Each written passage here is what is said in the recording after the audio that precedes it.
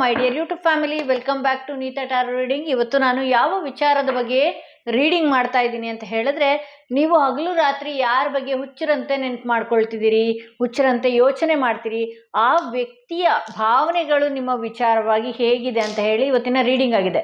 ನೀವು ಹಗಲು ರಾತ್ರಿ ಯಾರ ಬಗ್ಗೆ ಹುಚ್ಚರಂತೆ ಯೋಚನೆ ಮಾಡ್ತಿರ್ತೀರಿ, ಆ ವ್ಯಕ್ತಿಗಳು ನಿಮ್ಮ ಬಗ್ಗೆ ಏನು ಥಿಂಕ್ ಮಾಡ್ತಾ ಇದ್ದಾರೆ, ಅವರು ಕೂಡ ನಿಮ್ಮಷ್ಟೇ ಮಿಸ್ ಮಾಡ್ಕೊಳ್ತಾ ಇದ್ದಾರೆ ಅನ್ನೋದು ಇವತ್ತಿನ ರೀಡಿಂಗ್ ಆಗಿರುತ್ತೆ ಅಂತ ಹೇಳಬಹುದು. ಎಂದಿನಂತೆ 2 ಕಾರ್ಡ್ಗಳನ್ನ ನಿಮ್ಮ ಮುಂದೆ ಇಟ್ಟಿದ್ದೀನಿ. 2 ಕಾರ್ಡ್ಗಳ ಮೇಲೆ 2 ಸ್ಟೋನ್ಗಳನ್ನ ಇಟ್ಟಿದ್ದೀನಿ. ಯಾವ ಸ್ಟೋನ್ ಇರುವಂತಹ ಕಾರ್ಡ್, ಯಾವ ಕಾರ್ಡ್ ಇರುವಂತಹ ಸ್ಟೋನ್ ನಿಮ್ಮ ಮನಸ್ಸಿಗೆ ತುಂಬಾನೇ ಹತ್ರ ರೆಸೊನೇಟ್ ಆಗ್ತಾ ಇದೆಯಲ್ಲ, ಆ ಒಂದು ಕಾರ್ಡ್ನ ನೀವು ಆ ವ್ಯಕ್ತಿಯ ಹೆಸರನ್ನ 3 ಬಾರಿ ಹೇಳ್ತಾ ಈ ಒಂದು ರೀಡಿಂಗ್ನ ಸೆಲೆಕ್ಟ್ ಮಾಡ್ಕೊಳ್ಬೇಕಾಗತ್ತೆ.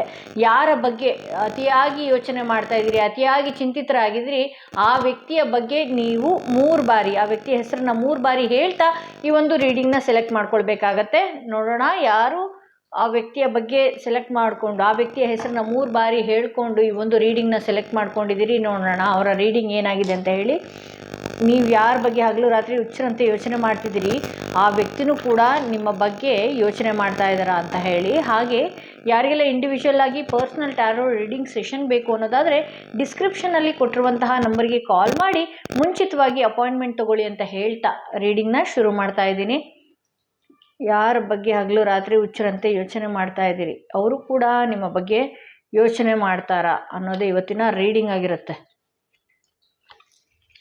ಓಕೆ, ಇಲ್ಲಿ ವೀಲ್ ಆಫ್ ಫಾರ್ಚೂನ್ ಬಂದಿದೆ, 8 ಆಫ್ ವಾಂಡ್ಸ್ ಬಂದಿದೆ. ಓಕೆ,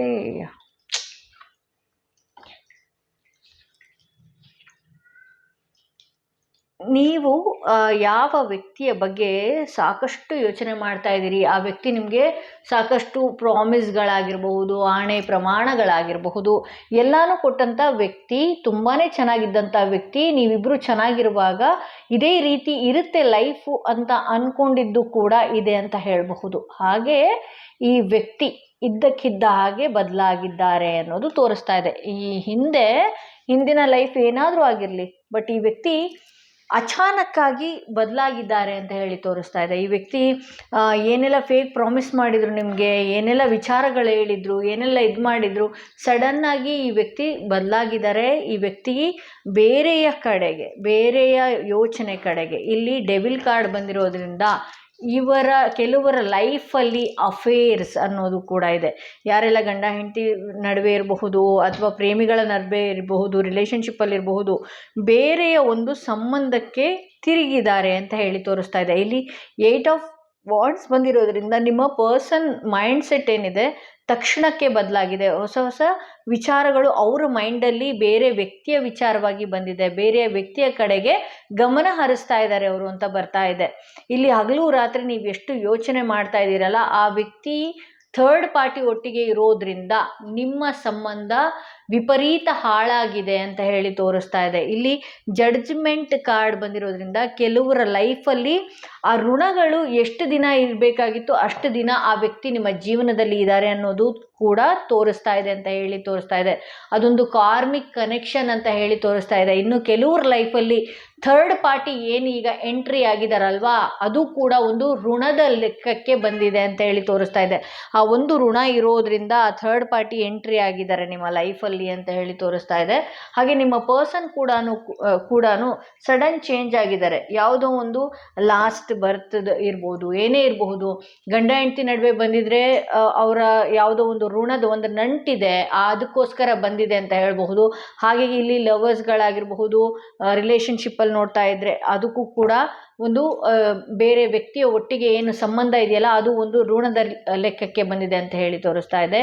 ಇಲ್ಲಿ ಆ ವ್ಯಕ್ತಿ ಒಟ್ಟಿಗೆ ಅವರು ಟ್ರಾವೆಲಿಂಗ್ ಮಾಡುವಂಥದ್ದು, ಹೊಸ ಐಡಿಯಾಗಳನ್ನು ಇಟ್ಕೊಳ್ಳುವಂಥದ್ದು, ಅಂದರೆ ಅವ್ರ ಜೊತೆಗೆ ಕೆಲವು ಕನಸುಗಳನ್ನು ಕಟ್ಕೊಳ್ಳುವಂಥದ್ದು, ಈ ರೀತಿ ಎಲ್ಲ ಮಾಡ್ತಾ ಇದ್ದಾರೆ. ಆ ವ್ಯಕ್ತಿಯ ವಿಚಾರವಾಗಿ ಇಲ್ಲಿ ನೀವು ಹಗಲು ರಾತ್ರಿ ಯೋಚನೆ ಮಾಡ್ತಾ ಇದ್ದೀರಿ.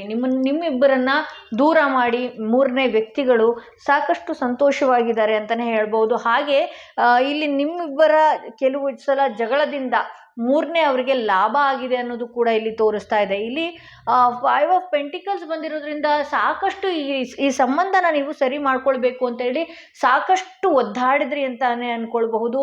ಇಲ್ಲಿ ಆ ಥರ್ಡ್ ಪಾರ್ಟಿ ಏನಿದಾರಲ್ವಾ, ಇವರ ಸ್ಟೈಲ್ ಆಗಿರಬಹುದು, ಇವರ ಫಿನಾನ್ಷಿಯಲಿ ಸ್ಟೇಬಲ್ ಆಗಿರುವಂಥದ್ದಾಗಿರ್ಬೋದು, ಇದಕ್ಕೆಲ್ಲ ಮಾರು ಹೋಗಿದ್ದಾರೆ ಅಂತ ಹೇಳಿ ತೋರಿಸ್ತಾ ಇದೆ. ಇಲ್ಲಿ ನಿಮ್ಮೊಟ್ಟಿಗೆ ಇದ್ದಾಗ ಈ ವ್ಯಕ್ತಿ ನೀವೆಷ್ಟು ಇವರನ್ನ ಕಾಪಾಡಬೇಕು ಅಂದ್ಕೊಂಡು ಎಷ್ಟು ಮುಂದುವರೆದ್ರೂ ಕೂಡ ಏರುಪೇರುಗಳಲ್ಲೇ ನಡೀತಾ ಇದೆ. ಹಾಗೆ ಈ ವ್ಯಕ್ತಿ ಒಂದಷ್ಟು ಬೇರೆಯವ್ರಿಗೆ ಫಿನಾನ್ಷಿಯಲಿ ಹೆಲ್ಪ್ ಮಾಡುವಂಥದ್ದು, ಅವರನ್ನು ಅಟ್ರಾಕ್ಟ್ ಮಾಡುವಂಥದ್ದು ಈ ರೀತಿ ಮಾಡ್ತಾ ಇದ್ದಾರೆ. ಹಾಗೆ ಇನ್ನು ಕೆಲವ್ರ ಲೈಫಲ್ಲಿ ಏನಾಗಿದೆ, ಆಪೋಸಿಟ್ ಪರ್ಸನ್ ತುಂಬ ಖರ್ಚು ಮಾಡ್ತಾ ಇರೋದು, ತುಂಬ ಹಣ ಖರ್ಚು ಮಾಡಿ ಇವ್ರನ್ನ ಮನಸ್ಸು ಒಲಿಸ್ಕೊಳ್ತಾ ಇರೋದು, ಈ ರೀತಿ ಮಾಡ್ತಾ ಇರೋದ್ರಿಂದ ನಿಮ್ಮ ಪರ್ಸನ್ ಏನಿದೆ ಮೈಂಡ್ ಸಾಕಷ್ಟು ಡೈವರ್ಟ್ ಆಗಿದೆ ಅಂತ ಹೇಳಿ ತೋರಿಸ್ತಾ ಇದೆ.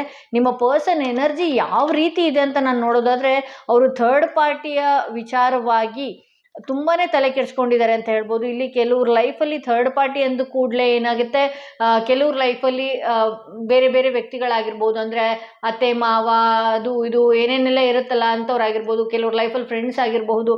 ಇಲ್ಲಿ ನೀವೇನಾದರೂ ಮಾತಾಡೋದಕ್ಕೆ ಈ ವ್ಯಕ್ತಿ ಹತ್ರ ಟ್ರೈ ಮಾಡಿದ್ರೆ ಅಂತ ಹೇಳಿದ್ರೆ ತುಂಬ ಚುಚ್ಚು ಮಾತುಗಳಿಂದ ನಿಮ್ಮನ್ನು ಹರ್ಟ್ ಮಾಡ್ತಾರೆ ಅನ್ನೋದು ಕೂಡ ಇಲ್ಲಿ ತೋರಿಸ್ತಾ ಇದೆ.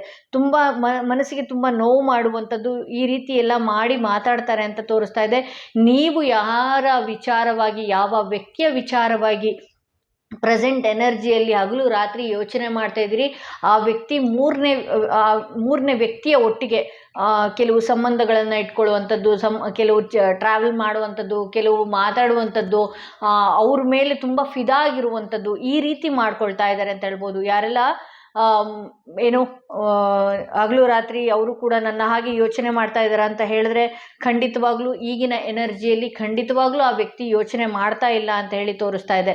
ಸೊ ಇದು ಇವತ್ತು ಯಾರೆಲ್ಲ ಈ ರೀಡಿಂಗ್ ನೋಡಿದ್ರಿ, ಮೊದಲನೇ ಕಾರ್ಡ್ ಯಾರು ಸೆಲೆಕ್ಟ್ ಮಾಡ್ಕೊಂಡಿದ್ರಿ ಅವರ ರೀಡಿಂಗ್ ಇದಾಗಿತ್ತು ಅಂತ ಹೇಳಬಹುದು. ಮೊದಲನೆಯ ಕಾರ್ಡ್ ಸೆಲೆಕ್ಟ್ ಮಾಡ್ಕೊಂಡವರ ರೀಡಿಂಗ್ ಅವರು ಕೂಡ ನಿಮ್ಮ ಬಗ್ಗೆನೇ ಯೋಚನೆ ಮಾಡ್ತಾ ಇದ್ದಾರೆ ಅಂತ ನೋಡೋಕೆ ಹೋದರೆ ಖಂಡಿತವಾಗ್ಲೂ ಇಲ್ಲ. ಅವರು ಮೂರನೇ ವ್ಯಕ್ತಿಯ ಜೊತೆ ಆರಾಮವಾಗಿ ಇದ್ದಾರೆ ಅಂತ ಹೇಳಬಹುದು.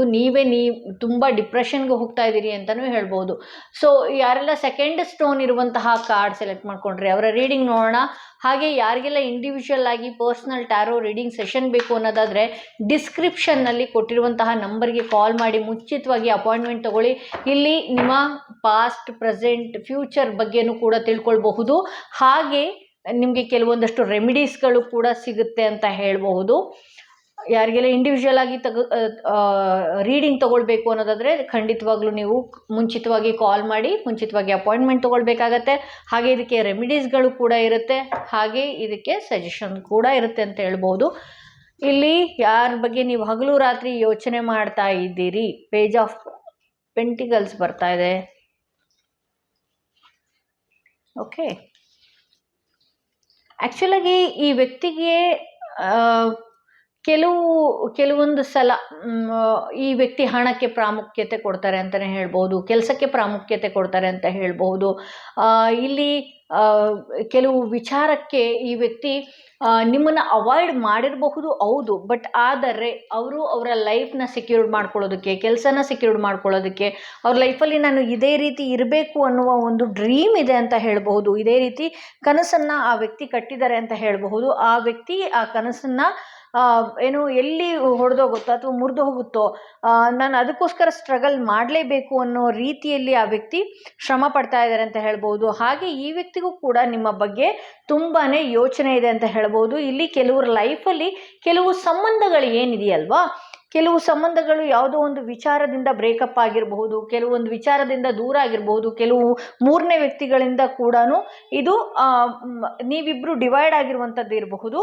ಆದರೆ ಈ ವ್ಯಕ್ತಿಗೆ ನಿಮ್ಮೊಟ್ಟಿಗೆ ಮತ್ತೆ ಮಾತಾಡೋದಕ್ಕೆ ಮನಸ್ಸಿದೆ, ಆದರೆ ಸಾಕಷ್ಟು ಪರ್ಸ್ನಲ್ ವಿಚಾರಗಳನ್ನ ಈ ವ್ಯಕ್ತಿ ಮಾನಸಿಕವಾಗಿ ಅವ್ರ ಬಗ್ಗೆ ಅವರು ಥಿಂಕ್ ಮಾಡುವಂಥದ್ದು, ವಿಚಾರ ಮಾಡ್ಕೊಳ್ಳುವಂಥದ್ದು, ಈ ರೀತಿ ಎಲ್ಲ ಇದೆ ಅಂತ ಹೇಳ್ಬಹುದು. ಇಲ್ಲಿ ಎಂಪರರ್ ಕಾರ್ಡ್ ಬಂದಿರೋದ್ರಿಂದ ನಿಮಗೆಷ್ಟು ಈಗೋ ಇದೆಯೋ ಆ ವ್ಯಕ್ತಿಗೂ ಈಗೋ ಇದೆ ಅಂತ ಹೇಳಬಹುದು. ಕೆಲವೊಂದು ಸಲ ಈ ವ್ಯಕ್ತಿ ಕ್ಲಾರಿಟಿ ಕೊಡಿದಾಗ, ಸಾಕಷ್ಟು ನೀವು ಪ್ರಶ್ನೆಗಳನ್ನು ಕೇಳಿದಾಗ ಈ ವ್ಯಕ್ತಿಯ ಉತ್ತರ ತುಂಬಾ ಹಿರಿತವಾಗಿ ಇರುತ್ತೆ ಅಂತ ಹೇಳಬಹುದು. ಹಾಗೆ ಇವರು ಒಂದು ಈಗೋಯಿಸ್ಟಿಕ್ ಪರ್ಸನ್ ಅಂತಲೇ ಹೇಳ್ಬೋದು. ಇವ್ರು ಏನು ಮಾಡ್ತಾರೆ ಅದನ್ನು ನಿಮಗೆ ಕ್ಲಾರಿಟಿ ಕೊಡಲ್ಲ.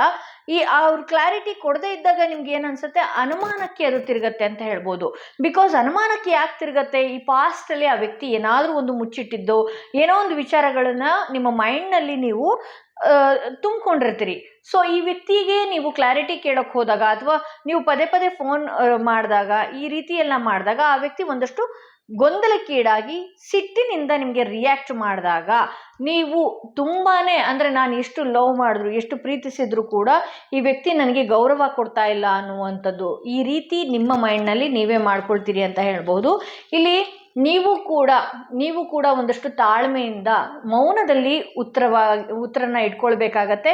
ಹಾಗೆ ನೀವು ಕೂಡ ಕೂಲಂಕುಷವಾಗಿ ಯೋಚನೆ ಮಾಡಿದಾಗ ನಿಮ್ಮ ಮನಸ್ಸೇ, ಇಲ್ಲಿ ಪಾರಿವಾಳ ಬಂದಿದೆ ಅಂದರೆ ನಿಮ್ಮ ಮನಸ್ಸೇ ನಿಮಗೆ ಕೆಲವೊಂದು ಸತ್ಯಗಳು ಹೇಳುತ್ತೆ. ಇವ್ರು ಯಾವ ರೀತಿ ವ್ಯಕ್ತಿ, ಇವ್ರು ನಿಜವಾಗ್ಲೂ ನಿನಗೆ ಅನ್ಯಾಯ ಮಾಡ್ತಿದ್ದಾರಾ, ನಿಜವಾಗ್ಲೂ ಮೋಸ ಮಾಡ್ತಿದ್ದಾರಾ, ಈ ರೀತಿ ಎಲ್ಲ ಸತ್ಯ ಹೇಳುತ್ತೆ ಅಂತ ಹೇಳ್ಬಹುದು. ನೀವು ಯಾರ ಬಗ್ಗೆ ಹಗಲು ರಾತ್ರಿ ಯೋಚನೆ ಮಾಡ್ತಾ ಇದ್ದೀರಲ್ಲ ಆ ವ್ಯಕ್ತಿಗೂ ಕೂಡ ನಿಮ್ಮ ನೆನಪು ತುಂಬಾನೇ ಚೆನ್ನಾಗಿದೆ. ಆ ವ್ಯಕ್ತಿ ನಿಮ್ಮೊಟ್ಟಿಗೆ ಕಳೆದಂಥ ಕ್ಷಣಗಳಾಗಿರ್ಬೋದು, ದಿನಗಳಾಗಿರ್ಬಹುದು ಮೆಲುಕು ಹಾಕ್ತಾರೆ ಅಂತಾನೆ ಇಲ್ಲಿ ತೋರಿಸ್ತಾ ಇದೆ.